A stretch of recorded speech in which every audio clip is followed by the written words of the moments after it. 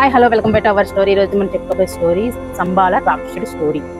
చాలా చాలా బాగుంటుందండి. స్కిప్ చేయకుండా చూసేయండి. మరి స్టోరీ నేను చెప్తాను. అనగనగా సహ్యాద్రి పర్వతాల మీద సంబాల రాక్షసుడు అని ఒక రాక్షసుడు ఉండేవాడు. వాడికి ఇంకా అందరికి కనిపించిన అమ్మాయినల్లా పెళ్లి చేసుకోవడం కానీ వారు చనిపోతూ ఉండేవారు. ఎందుకు చనిపోతూ ఉండేవారంటే సంబాల రాక్షసుడికి ఏమన్నా వండాలంటే కొంచెం రెండు కొంచెం కాదు బస్తాలు బస్తాలు వండి మార్చాలి. ఏమన్నా నీసుకోరం వండాలంటే ఒక మేకనే కలిపి వండాలన్నమాట. చేసి పొలాలు కట్రా ఇవి అన్ని పని చెయ్యలేక చనిపోతూ ఉండేవారు. అలాగా సంబాల రాక్షసుడు ఒకరు కాదు, ఇద్దరు కాదు, ముగ్గురు కాదు, 10 మంది కాదు, ఏకంగా 50 మందిని వివాహం చేసుకున్నాడు. 50 ఆవిడ కూడా పని చెయ్యలేక చనిపోయింది. అయితే చివరికి ఇప్పుడు సంబాల రాక్షసుడి దగ్గర తనకంటూ భార్య లేదు. తను ఒక్కడే ఉండేవాడు. ఈ కొండ మీదే ఉండేవాడు. కిందకి దిగేవాడు కాదు. ఎప్పుడైనా వివాహం చేసుకోవాలనుకుంటే కిందకి దిగేవాడు. వివాహం కూడా అంతమందిని ఎలా చేసుకున్నాడంటే, మీ పిల్ల నాకు ఇస్తారా, సరే లేదంటే ఎత్తుకుపోతాను అలాగే బెదిరించి అంతమంది అమ్మాయిల్ని చేసుకునేవాడు. చివరికి ఒక రోజు సంబాల రాక్షసుడు తన పొలం ఎలా ఉందో చూసుకుందామని అలా పొలం పల్లి మీద చూస్తే ఆ పక్కనే ఉన్న ముసలోడు ఆ పొలం పని చేసుకుంటున్నాడు. ఏం తాత ఎలా ఉన్నావు అనగానే బాగున్నాను అయ్యా అని. ఏటి ఎంతమంది పిల్లలు? ఒకగానే ఒక కూతురు అయ్యాయి. ఆ కూతురు నాకు ఇచ్చి వివాహం చేసేయి అన్నాడు. ఓ దేవుడు, అనవసరంగా చెప్పాను నాకు ఒక కూతురు ఉందని. ఈడిచ్చి పెళ్లి చేసేమంటున్నాడు. ఈడి వయసు ఎంత, నా కూతురు వయసు ఎంత, అయ్యే బాబో అనుకుంటా భయపడాను. నీ కూతుర్ని ఇచ్చావా, సరే లేదంటే నేను ఎత్తుకుపోతా అంటే అని. లేదు బాబు ఆలోచించాను. లేదు ఆలోచించేది లేదు, నేను ఖచ్చితంగా నీ కూతురిని వివాహం చేసుకుంటాను, రేపే నీ ఇంటికి భోజనానికి వస్తాను అని చెప్పేసి ఈ సంబాల రాక్షసుడు చెప్పడంతో ఇంకేం చేయాలో తెలియక చెప్పేసి వెళ్ళిపోయాడు కొండ మీద, రేపు వస్తానని చెప్పేసి. ఇంక ఈడు వాళ్ళ అమ్మాయి దగ్గరికి వెళ్ళాడు. అమ్మా ఇలాగా నేను నెరక్కపోయి సంబాల రాక్షసుడు కంటపడ్డాను, నేను వివాహం చేసుకుంటానని వస్తున్నాడు అమ్మ, రేపు ఇంటికి భోజనానికి వస్తాడంట, నేను వివాహం చేసుకుంటాడంట, ఏం చేయాలో తెలియట్లేదు తల్లి అని చెప్పేసి అంటే ఆ రైతు, నానా నువ్వేం భయపడకు, అది రాని నేనేదో అలా చూసుకుంటాను. ఆ సంబాల రాక్షసుడు ముప్పు తిప్పలు పెట్టి 3 చెరువులు నీళ్లు తాగించి తన చేతే నేను మీ అమ్మాయి వద్దు ముర్రో అనేలా చేస్తాను అని చెప్పేసి అన్నది. సరే తల్లి ఏదోలా తల్లి, ఆడి చేతిలో నువ్వు చిక్కావంటే అంతమంది భార్యలు పోయినట్టు నువ్వు పోతావు తల్లి, ఆడి దగ్గర పని చేయలేక అని చెప్పేసి అన్నది. సరే నాన్న నువ్వేం భయపడకు, నేనున్నాను కదా అని చెప్పేసి ఈ అమ్మాయి చెప్పింది. అమ్మాయి పేరు చంపకమాల నిజంగానే కొంచెం అందంగా ఉంటది, తెలివైంది, పనిమంతురాలు, అన్ని ఒక చేతితోటే తన కుటుంబాన్ని నడిపించుకొస్తున్న ఒక మంచి అమ్మాయి అనమాట. అయితే వాళ్ళ ఇంట్లో పెంచుకున్న కుందేల్ని ఒక 4, 5, ఒక 10 కుందేల్ని కోసేసి కూర వండేసింది. చాలా టేస్టీగా ఉండింది. తర్వాత ఒక పెద్ద సారాయి పేపాన్ని రెడీ చేసింది. తర్వాత ఒక ఒక పెద్ద మూటతోటి బియ్యాన్ని వండేసి వార్చేసి రెడీగా పెట్టింది. సంబాల రాక్షసుడు భోజనానికి వచ్చాడు. వచ్చి రండి మీకోసం ఎదురు చూస్తున్నా, కూర్చోండి ఆశలు కండి అది ఇది మర్యాదలు చేసి కూర్చోబెట్టి అంతన్నాను ఒక పెద్ద మంచం కిందనే కూర్చోబెట్టి ఒక పెద్ద సాపలాడు వేసి దాని మీద అన్నం వేసేసి ఈ కూర అంతా వేసేసి ఈ సారాయిని పేపాన్ని పక్కన పెట్టారు. ఒక లోటాతో ముంచుకొని తింటూ మాట్లాడుతాడు అన్నమాట. బా కూర ముక్క నోట్లో పెట్టుకోగానే ఎంత బాగుంది, మీకు ఈ కూరకి చాలా ఖర్చు అయ్యి ఉంటది అని అన్నాడు. అదేంటయ్యా ఏం ఖర్చు అవ్వలేదు, మా ఇంట్లో బోల్డ్ ఎలకలు ఉన్నాయి. ఎలకలు మా అమ్మాయి చాలా తెలివైంది కదా, ఎందుకు కూరకు వచ్చేది, మా అమ్మాయి నాకు అన్ని మిగులుతుంది, ఇంట్లో బోల్డ్ ఎలక తెలియదు 100 ఎలకలు పట్టుకొని కూర వండడం అంతే అని అనగానే సంపాదనకి ఏంటి ఎలకలతోటి కూర అని ఆలోచించాడు. అయినా సరే చాలా బాగుంది అనుకున్నాడు. ఈ సారాయి కన్నా మీకు బాగా ఖర్చు అయ్యి ఉంటదే అని అన్నాడు. లేదండి అయ్యా, ఉల్లిపోయిన పళ్ళు ద్రాక్షపళ్ళు అవి ఇవి ఊరబెట్టి తయారు చేసాం అంతే అన్నాడు. ఏంటి ఉల్లిపోయిన పళ్ళుతో సారాయి, ఇంత మంచి సారాయి తయారు చేశాడు? మంచి పళ్ళుతో తయారు చేస్తారు కానీ ఉల్లిపోయిన పళ్ళులతో కూడా సారాయి ఇంత బాగా తయారు చేస్తారా అనేసి అడిగితే లేదండి అయ్యా, మా అమ్మాయి చాలా తెలివైంది, అన్ని నాకు సేవ్ చేసి పెడుతుంది, అంటే అన్ని నాకు ఖర్చులు తగ్గించి పెడుతుంది, మా అమ్మాయి బోల్డ్ పనిమంతురాలు అయ్యా, మా అమ్మాయి ఇవన్నీ స్వయంగా చేసింది, 100 ఎలకలు పట్టింది, కూర వండింది, ఈ సారీ తనే తయారు చేసింది, ఈ ఒడ్లు కూడా తనే స్వయంగా మా పొలంలో పండించి వండింది, మా అమ్మాయి అంత పనిమంతురాలు, అలాగా ఇలాగా అంత పనిమంతురాలు ఇంక పని అంటే కోసుకుంటుంది, ఒక్క చేతితో చేస్తుంది అని చెప్పేసి చెప్పాడు.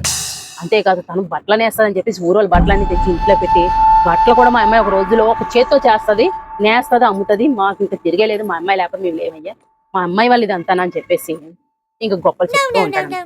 ఈ సంబాల రాక్షసుడు నిజంగానే నాకు చేసుకుని 40 మంది 50 మంది పిల్లలు ఎంత గొడ్డు పని చేయలేక అలాగేలా చచ్చిపోయారు, ఈ పిల్ల ఎంత పనిమంతురాలా, నాకు కూర ఖర్చు, బియ్యం ఖర్చు, మళ్ళీ సారాయి ఖర్చు కూడా తగ్గిస్తుంది, ఎందుకంటే తనే స్వయంగా సారాయి తయారు చేస్తుంది కాబట్టి అని చెప్పేసి ఇంక పొంగిపోదు వేసుకుంటే ఇటువంటి అమ్మాయినే చేసుకోవాలి తప్ప వేరే అమ్మాయిని చేసుకోకూడదని చెప్పేసి పట్టుదల పెట్టేసిన తర్వాత ఇంక తినేసాడు, తాగేశాడు. ఇంకా మీ అమ్మాయిని ఎప్పుడు వివాహం చేసుకుంటాను, ఎప్పుడు పెళ్లి చేస్తారని చెప్పేసి అదేంటయ్యా మా అమ్మాయి నేను ఎందుకు ఇస్తాను, ఎందుకంటే ఇంత పని చేసి పెడుతుంది, ఇంత మిగిల్చి పెడుతుంది, చేసి పెడుతుంది, నాకు అంత సంపాదించి పెడుతుంది.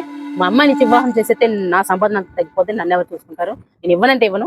ఎవరో మా అమ్మాయి సంపాదనకు తగ్గగా నాకు చూసుకోవడానికి ఏమో కొంత సంపాదన ఇస్తేనే తప్పగా నేను మా అమ్మాయి నుంచి వివాహమే చేయను, అసలు వివాహమే చేయను అని చెప్పేసి అన్నాను.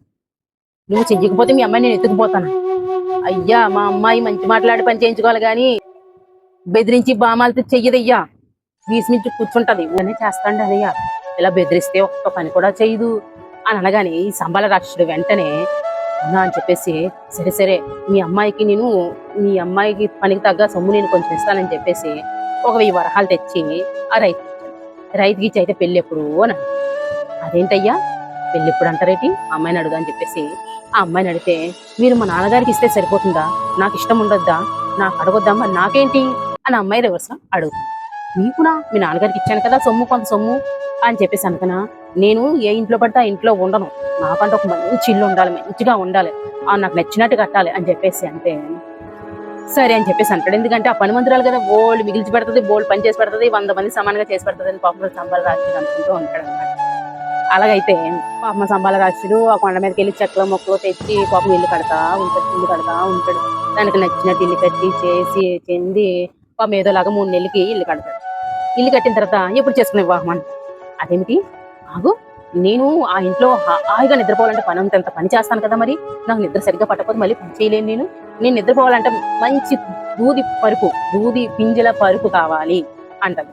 ఆ పరుపు జనవరి మాసంలోనే తయారవుతుంది అని చెప్పేసి దానికి తగ్గ గుడ్డ నేను కొడతాను, ఆ దూదిని మాత్రం నువ్వు సమకూర్చాలి అని చెప్పేసి అంటాడు. అంటే ఆ దూది అంటే పౌర్ణమి నాటి రాత్రి పడుతుంది అనమాట. ఆ దూది ఏకలతో నాకు పరుపు తయారు చేయాలి అని చెప్పేసి అవునా అనుకుంటాడు. అవునా అనుకున్నా అంటే అల్లాడి తోట ఉందా అని చెప్పేసి అనుకుంటాడా, మీకు తెలియదంటే ఉంటుందా అని చెప్పేసి ఒప్పుకుంటాడు. ఒప్పుకున్న తర్వాత నిజరానే వచ్చింది ఆ జనవరి నాటి పౌర్ణమి రాత్రి.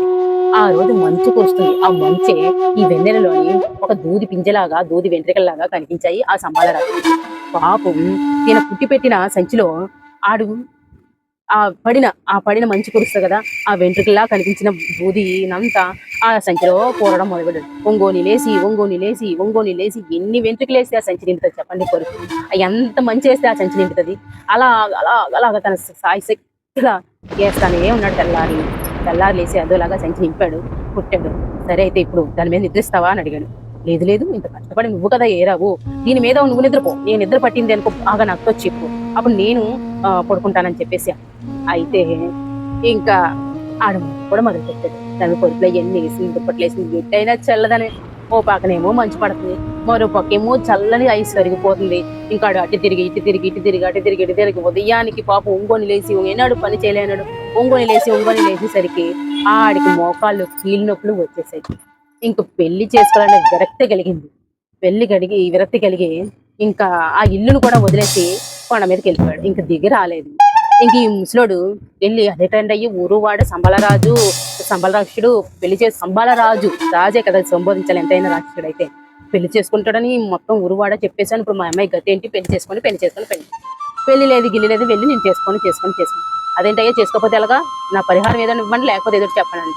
ఇంకాడు మెల్లిగా లాక్కొని పీక్కొని లోపలికి ఒక పెద్ద సంచిత డబ్బు మూట తెచ్చి బంగారపు కాళ్ళు, వీళ్ళు లెక్క బక్కలేదు, తీసుకో, ఇంకా నువ్వు నా దగ్గరికి రావద్దు, మీ అమ్మాయి నేను చేసుకుని బాబోయ్ అని అన్నాడు. మీ అమ్మాయి వేరే పెళ్లి చేసుకుని మీ అమ్మాయి నేను చేసుకుని బాబోయ్ అని. ఇంక ఈ ముసలోడు ముందు ఇచ్చిన డబ్బు ఈ తర్వాత ఇచ్చిన డబ్బు ఆడి కట్టించిన ఇంట్లో హాయిగా వాళ్ళిద్దరు తండ్రి కూతురు ఇద్దరు హాయిగా ఉంటూ ఆ నాన్నగారికి ఇంకో 10 ఎకరాల పొలం కొని హాయిగా పొలం సాగు చేసుకుంటూ వాళ్ళు సంతోషంగా ఉండడం మొదలుపెట్టారు. ఏంటంటే ఈ ఒంగోని లేసి ఆ దూది పింజలు ఏరియా ఆ మంచు మీద పడుకునేసరికి వాడికి కీళ్ళు పట్లు వదిలేసాయి అనమాట. అంటే తను వృద్ధాప్యం వచ్చేసింది, ఇక నువ్వు ఎందుకు పని చేయవని తన అర్థం. తను కోలుకోవడానికి చాలా సమయం పట్టింది. ఈ సమయంలోని తను వేరే వివాహం చేసుకొని హాయిగా వెళ్ళిపోయింది అనమాట. అది తన నోటితోటే మీ అమ్మాయి వద్దు అని అనిపిస్తాను అన్నది ఈ అమ్మాయి, అదే విధంగా అనిపించింది. ఆడు ఎదురుగట్లంగా ఇచ్చిన సొమ్ముతో హ్యాపీగా సంతోషంగా వారు మంచి ఇంట్లో ఆ డబ్బులతో పొలం కొనుక హ్యాపీగా సంతోషంగా ఉంది. ఇది ఈనాటి స్టోరీ సంబాల రాక్షసుడు కథ, ఈ అందమైన అమ్మాయి కథ. ఎలాగొంది ఫ్రెండ్స్, నచ్చితే లైక్ చేయండి, షేర్ చేయండి, సబ్స్క్రైబ్ చేసుకోండి ప్లీజ్.